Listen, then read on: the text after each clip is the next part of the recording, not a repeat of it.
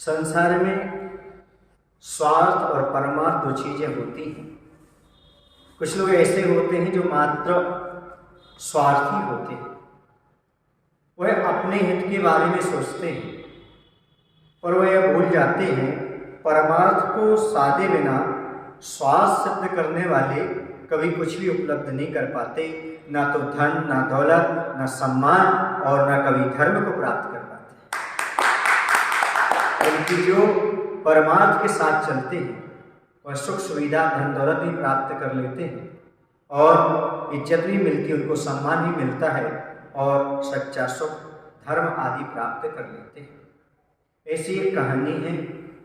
भारत देश के अंतर्गत एक महानगर में एक राजा रहते थे जिनका नाम था हरिदास।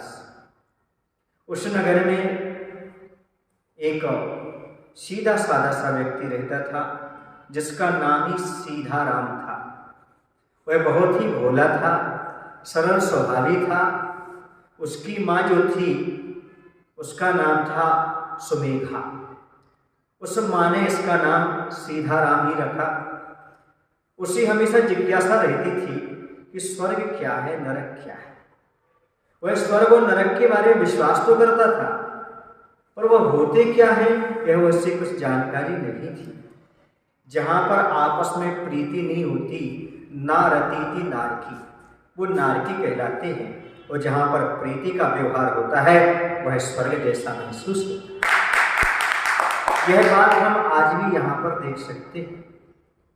वह कई बार एक प्रश्न उठाता, स्वर्ग क्या है, नरक क्या है। एक संत के पास गया हुआ है और उन संत से हाथ जोड़ करके कहता है, जिसे लोग दद्दू जी नाम से जानते थे। उन संत से कहा कि दद्दू जी आप ये बताइएगा कि स्वर्ग क्या होता है और नरक क्या होता है। उन्होंने कहा चलो हमारे साथ। वो ले गए। एक धर्मशाला जैसा स्थान था। वहाँ उन्होंने देखा दो दरवाजे थे।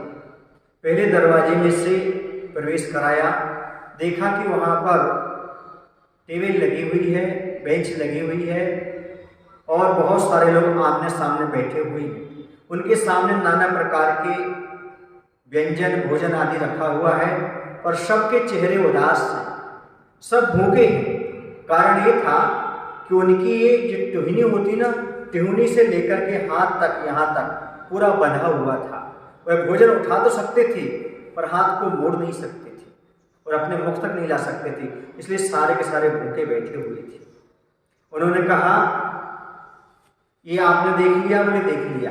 बोले सारे उदास हैं, भोजन पानी होने के बाद भी ये सारे के सारे दुखी हैं, अपना पेट नहीं भर पा रहे।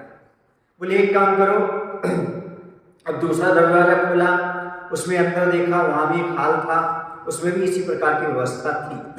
सबके हाथ बंधे हुए थे, जैसे पहले हाल की व्यवस्था वैसे इस हाल की व्यवस्था, लेकिन ये सब खुशहाल थे, बड़े आनंद में थे, चेहरे खिले हुए थे और भरे पेट थे। उन्होंने पूछा कि क्या माजरा, आखिरकार आप इन दोनों पक्षों में क्यों लेकर आए?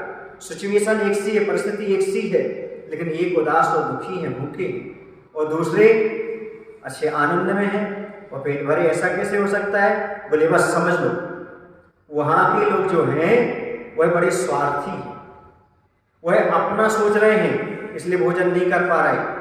लेकिन इन लोगों ने क्या किया, इनके हाथ मुड़ नहीं रहे थे, इन्होंने भोजन उठाया, एक दूसरे के मुख में डाला और दोनों के पेट भर गए। लेकिन वो स्वार्थी हैं, अपने लिए बैठे हुए हैं। जो दूसरे को खिलाता है स्वयं खाता है, वो हमेशा स्वर्ग जैसा आनंद महसूस करता है। और जो अपने लिए ही बैठा रहता है वह पछताता रहता है, दुखी रहता है। बस बंधु, नरक यही है जहाँ पर आदमी की स्वार्थ वृत्ति हो जाए और पराधीन हो जाए, वह नरक कहलाता है। और जहाँ व्यक्ति स्वाधीनता का अनुभव करे और परमार्थ की साधना करे, उसे हम स्वर्ग कहते हैं। इस बात को सुनकर के सीधा राम के अंदर सीधी बात उतर गई और उसने हमेशा स्वर्ग जैसे कार्य करना प्रारंभ कर दिया। अपने जीवन में स्वर्ग का आनंद लेने के लिए पुरुषार्थ शुरू कर दिया। नरक जैसी परिणति से हमेशा बचने का प्रयास किया। बंधुओं, आपको इस कहानी से शिक्षा मिलती है आप भी शिक्षा दे सकते हैं कि हमें कभी स्वार्थ के साथ नहीं जीना, हमारी क्रियाएं परमार्थ भरी होना। आज भी हम यहाँ पर स्वर्ग का अनुभव कर सकते हैं। बोले महावीर भगवान की जय। आचार्य विद्यासागर जी महाराज।